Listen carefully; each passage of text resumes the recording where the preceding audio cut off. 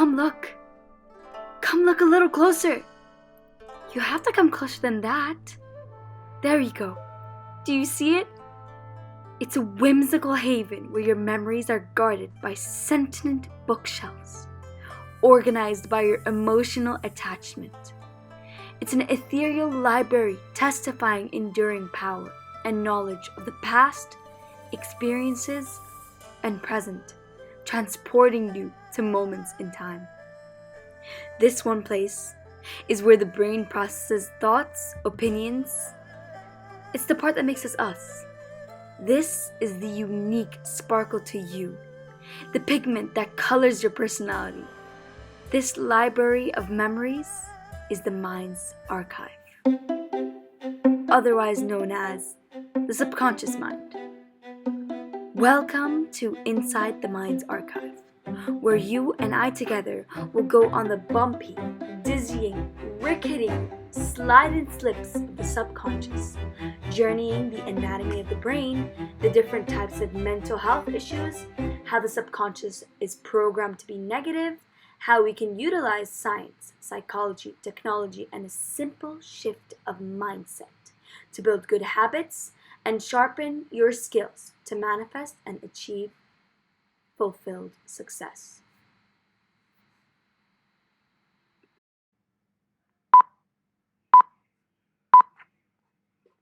In this podcast, I will push you, I will annoy you, and I will shove you to be the best version of yourself. Rerouting your bad habits and changing them to be good, efficient, productive, and proactive habits that practice self-care to propel you into being the best version of yourself and manifest success. In these episodes, and in this specific episode, I want to get to know you better. So sit. Tell me about yourself.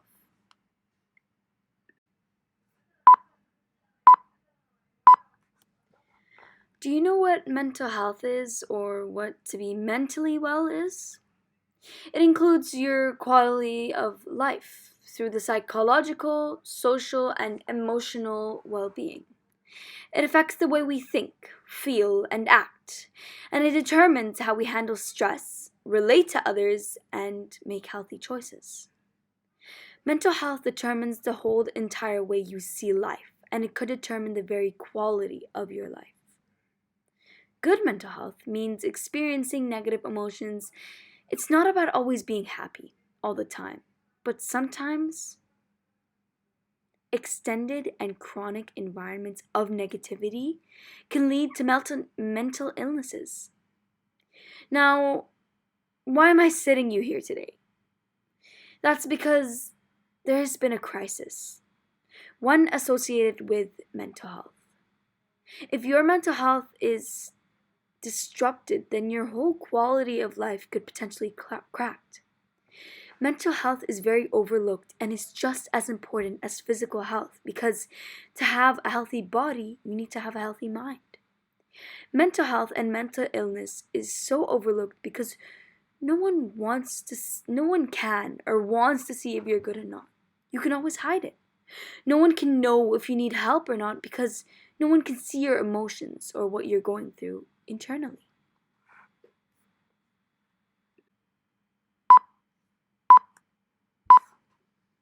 So before I tell you a little bit more about this crisis that I mentioned, and I know it sounds serious, but before I tell you more about it, I wanted to tell you about what mental illnesses are.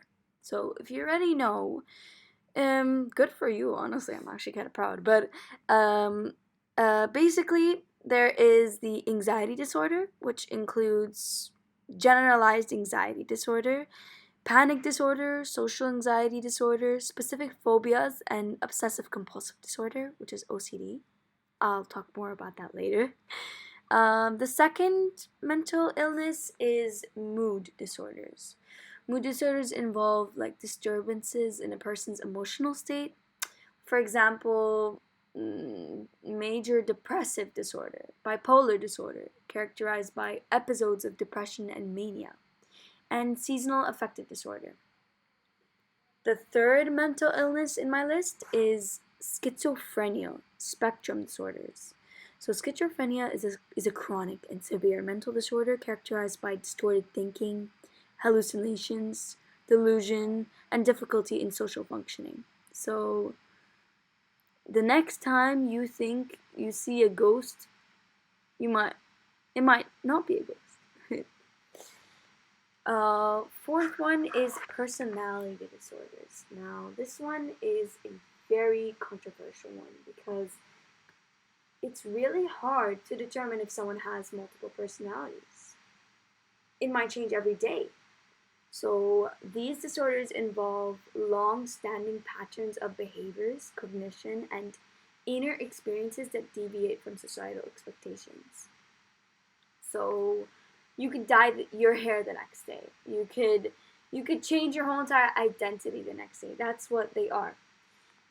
Eating disorders, conditions like anorexia nervosa, bulimia nervosa, binge eating disorder fall under this category, and they're characterized by abnormal eating patterns and distorted body image due to trauma, a way of coping, or the way that you grew or your childhood, what it molded you into being. Substance use disorders. So, this is alcohol, drugs, medication leading to significant distress or impairment in various areas of life. Attention deficit hyperactivity disorder.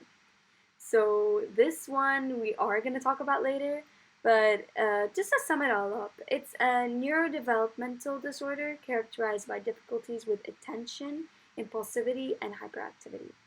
It begins with childhood, but it can persist until adulthood. And imagine having ADHD as an adult. Post traumatic stress disorder, or PTSD. So, you know when you learn about like World War One, what shell shock is? So yeah, being so overwhelmed with a certain memory that you're traumatized, and a certain noise or feeling can just bring that up again. So PTSD, to sum it all up, it's a mental health condition that can develop after experiencing or witnessing a traumatic event. That's the definition. Symptoms may include flashbacks, nightmares, and severe anxiety. And again, a noise or an object or a color might trigger that, or maybe a name. Obsessive compulsive and related disorders. So, in addition to OCD, this category includes conditions such as body dysmorphic disorder and hoarding disorder. The last one on the list is neurodevelopmental disorders. So, these disorders typically manifest during early development and impact cognitive, social, and behavioral functioning. Examples of this include autism spectrum disorder and intellectual disability. But please know that these are all solvable and they're all treatable with the right treatment. And with the right care, everything can be fixed.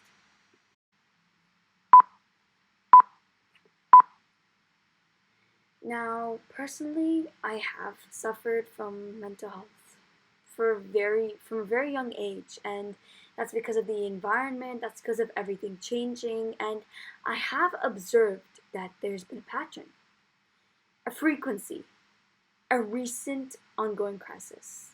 Not only in the US, but in all children. Yes, you heard that right. Children. That is that the rate of mental health illnesses have been increasing. These days, 20% of adolescents may experience a mental health problem. 20% in any given year. 50% of health problems are established by the age of 14 and 75% by the age of 24. Now, this might not seem like a lot, but to put this into retrospective, that's a quarter of children in the world having trouble experiencing life and chronic stress early in their lives. Since the 2000 there has been a rise of 77% to the children in need specialist treatment for severe mental health. Analysis for the BBC shows, especially since Corona. Corona has taken a toll on the children, leading them to feel trapped, plummeting because they feel as if there is no solution. They feel isolated, they feel alone, and as I said, in their words, they feel trapped. There's nothing to do in their perspective. Children, their way of life has been very uneventful, and therefore there's nothing to look forward to. Their lives being postponed, they tend to gravitate towards the idea that life is not the same. There is no purpose, or essentially, there is nothing to do. The COVID-19 pandemic era has ushered a new set of mental challenges to the youth of USA, leading to mental health crisis, as I said before, declared by the United States Surgeon General. But teens have been facing for much longer. In addition to the social isolation and academic disruption nearly all children have been facing, many losing their parents or their parents losing their jobs, or some of them were the victims of physical or mental abuse at home. On top of all this, the mass violence, growing concerns about social media, natural disasters, climate change, and political polarization, not to mention the normal ups and downs of childhood and adolescence, can feel unbearable or insurmountable for kids in that era. The CDC reports that include the pandemic say that 29% of the US caregivers and or parents lost their jobs. 55% of high school students were emotionally abused, and 11 were physically abused. These developmental changes can devise young people to seek attention and approval from their peers. For some, using social media might be an escape, a relief that fulfills their need for instant happiness. For some, social media can be an unhealthy way for peers who are isolated at home, and this can be a habit that can be taken on until now. For others, negative messages, including online cyberbullying and unrealistic standards around physical appearance, appear to have detrimental effects, putting the children at risk. And since they've developed this habit or this exposure to society, to social media from such a young age, children have just been exposed to more, and it's just become more and more overwhelming, having a negative effect on them.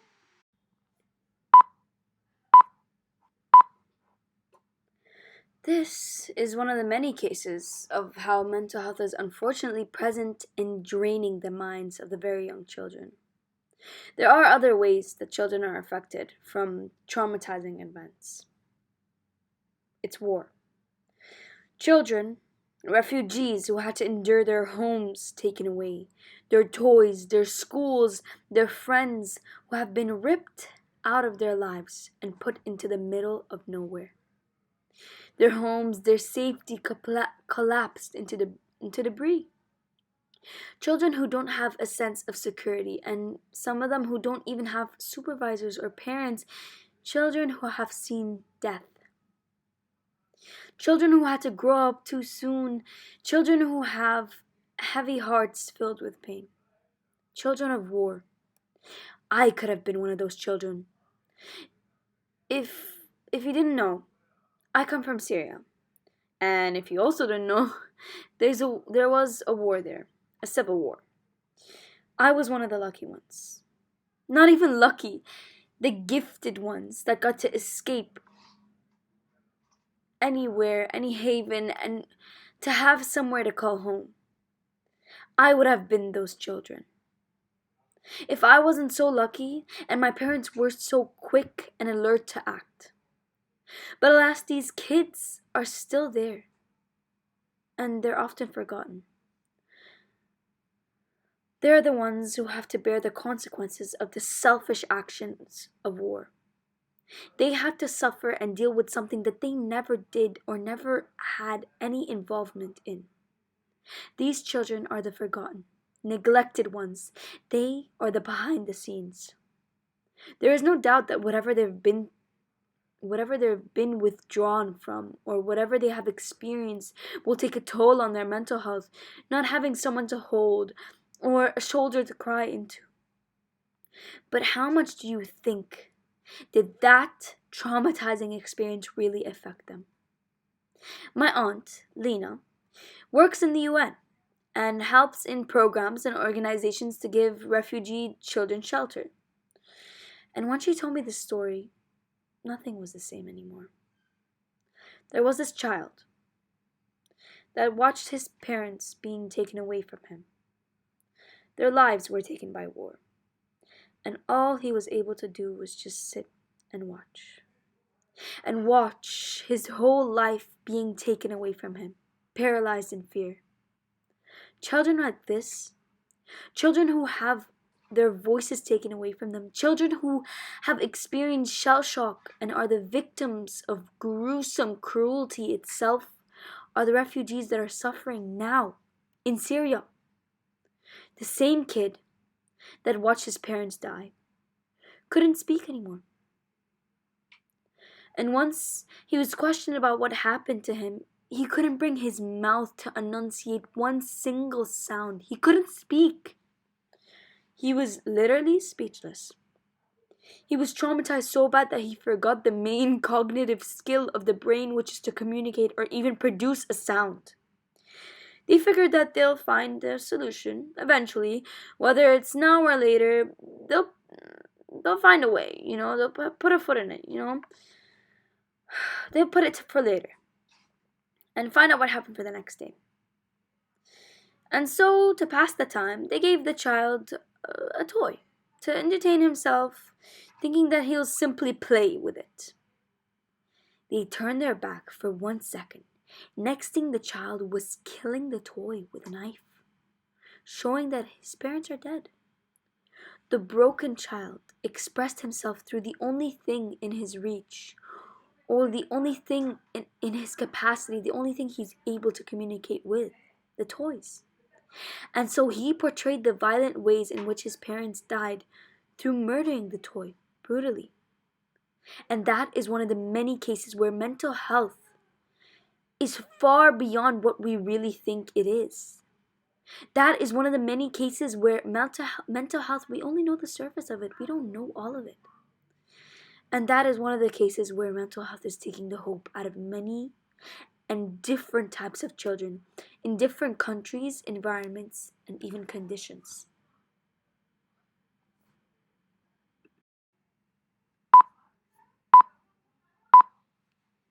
To elaborate, children don't always show their struggles in black, white, and gray.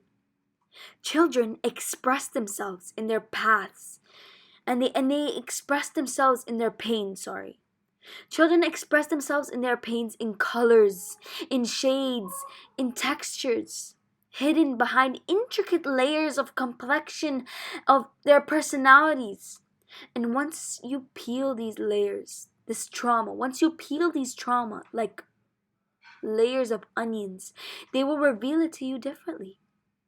Through different, diverse, unpredictable ways. Your child could express that they could express their mental health issues or their anger by completely stopping to talk. Or they could be so depressed that they could collapse and explode with anger, bursting with pain. Or they could take it out on their sibling or on their parents. Or even they could take it out on the child in school by bullying them. Other children express their trauma through art, drawing their concerns, what traumatized them, scenes of what they have experienced, colors of what they have felt. Kids can express their exposure to violence through violence to toys. Children or coloring tools are one of the most unique, intricate ways in which mental illness is expressed. Music, by singing about something they've been exposed to or something they feel, or maybe children feel a relating feeling to a sad song. Music can be soul healing. It can be therapy for some children that need a sense of security, and that gives them a sense of security.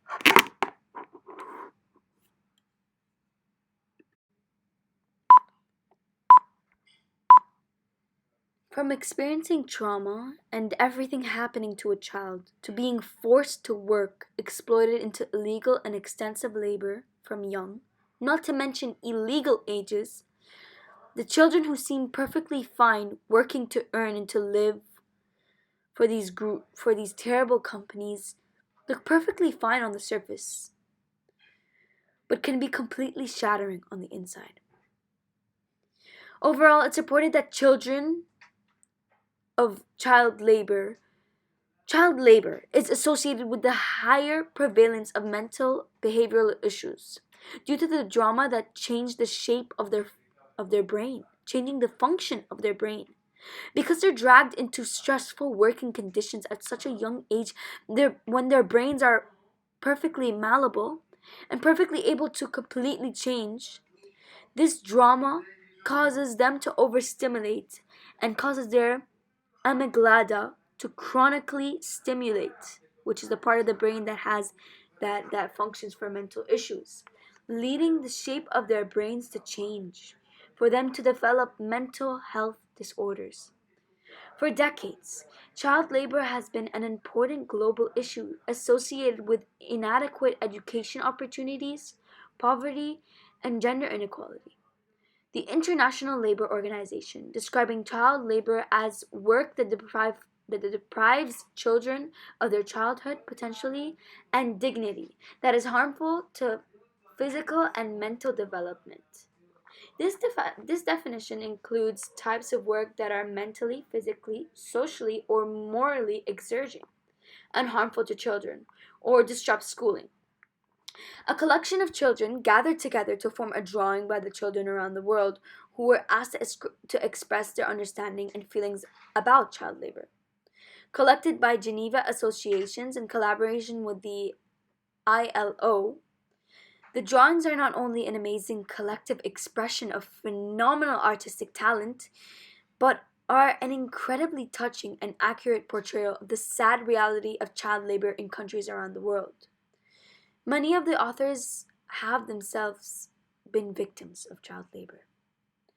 This artwork demonstrates the important role that children play in raising awareness of child labor, of speaking out against these injustices and contributing to the decision making processes. Through these drawings, the children are calling on decision makers to eliminate child labor and to work to give all children an education. Alas, young people are a driving force for change. The SCREAM program aims to promote awareness among young people. Have you ever heard of the SCREAM program? Let's see what it stands for. I believe it stands for. Um, I believe it stands for.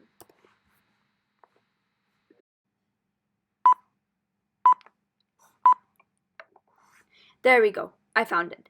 SCREAM, supporting children's rights through education. Moving on. So, the SCREAM program, as I said before, aims to promote awareness to young people about children's rights with a focus on child labor so that they can go out, turn, and so that they can speak and mobilize their communities to act. Ultimately, SCREAM seeks to change social attitudes. The root behind all these problems is because children are accepted to work and because they're pushed and encouraged to go work. So, the aim of this SCREAM program is to promote a culture of respect for the children's rights and to strengthen the worldwide movement against child labor. SCREAM is delivered by educators using an educational pack consisting of 14 modules. The three most important.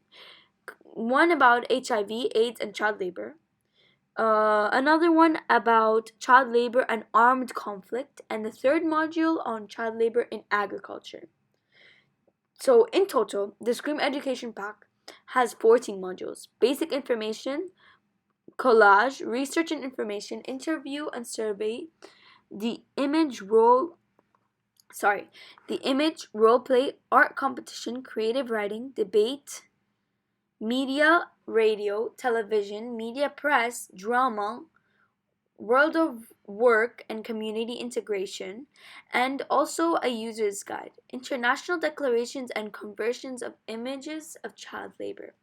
The educational pack is available in 21 languages. So the methodology is based on arts, drama, creative within, music, visual arts to empower young people to convey their emotions and their messages to a wider community and to express their thoughts, feelings, and what they've been through onto social media so that they can bring awareness and knowledge to impact and to bring action. Scream also seeks people to channel their creative personalities and creative energies of the children and youth in a positive and construction ways, encouraging peer-to-peer education with young people learning and making mistakes through each other and through other young people.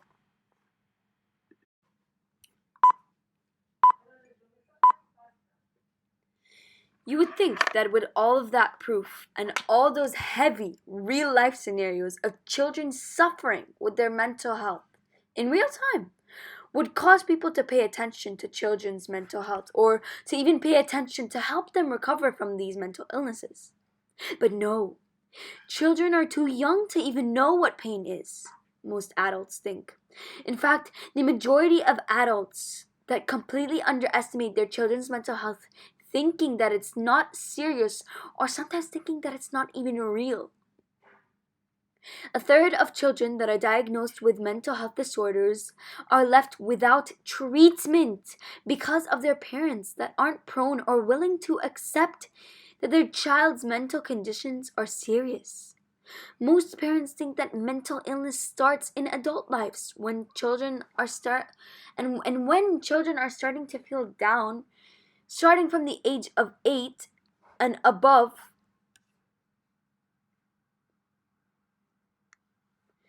Most of them developing from early on, then that illness progressing later. Studies show that 1 in 7 children and teens have at least one treatable mental health treatment or access to mental health treatments due to their parents' estimation of youth health related topics and due to the parents' ignorance. About 7.7 million of children and teens in the country suffering from mental health have not receiving the need of medical treatments can be impacted debilitatingly through their healthful growth and through their transition to adulthood.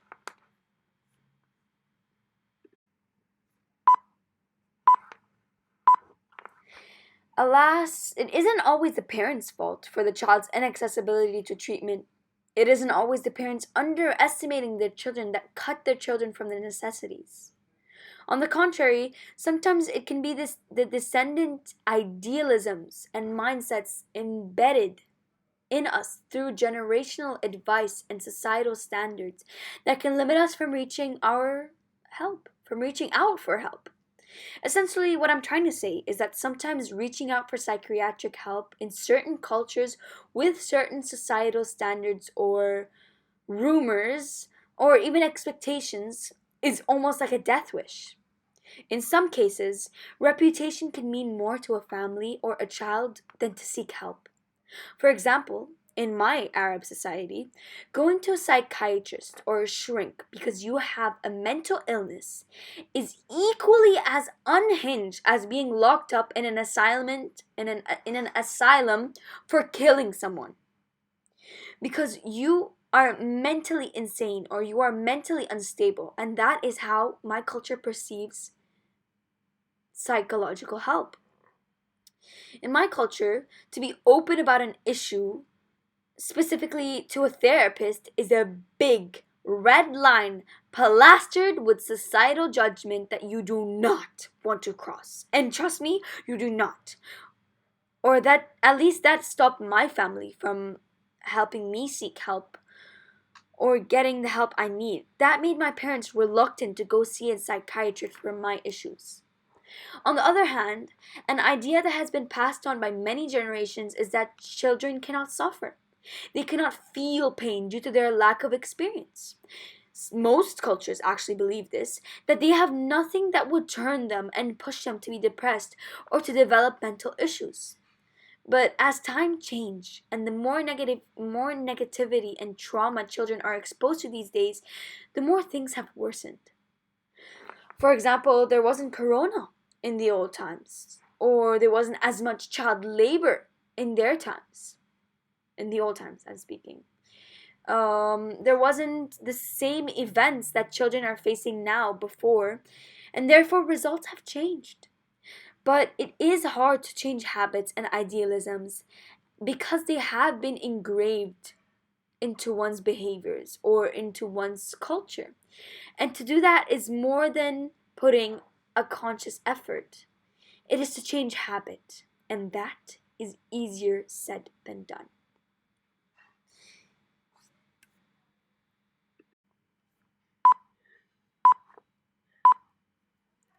Hey parents, listen up. If you want to put any of this information to use, or if you're skeptical about your child's mental health or their well being, assuming that your child is struggling, why not fill in this form? Just to be safe, and hopefully not, God forbid. But if yes, take action. Take action and help your child in need before the need becomes too much for them to bear.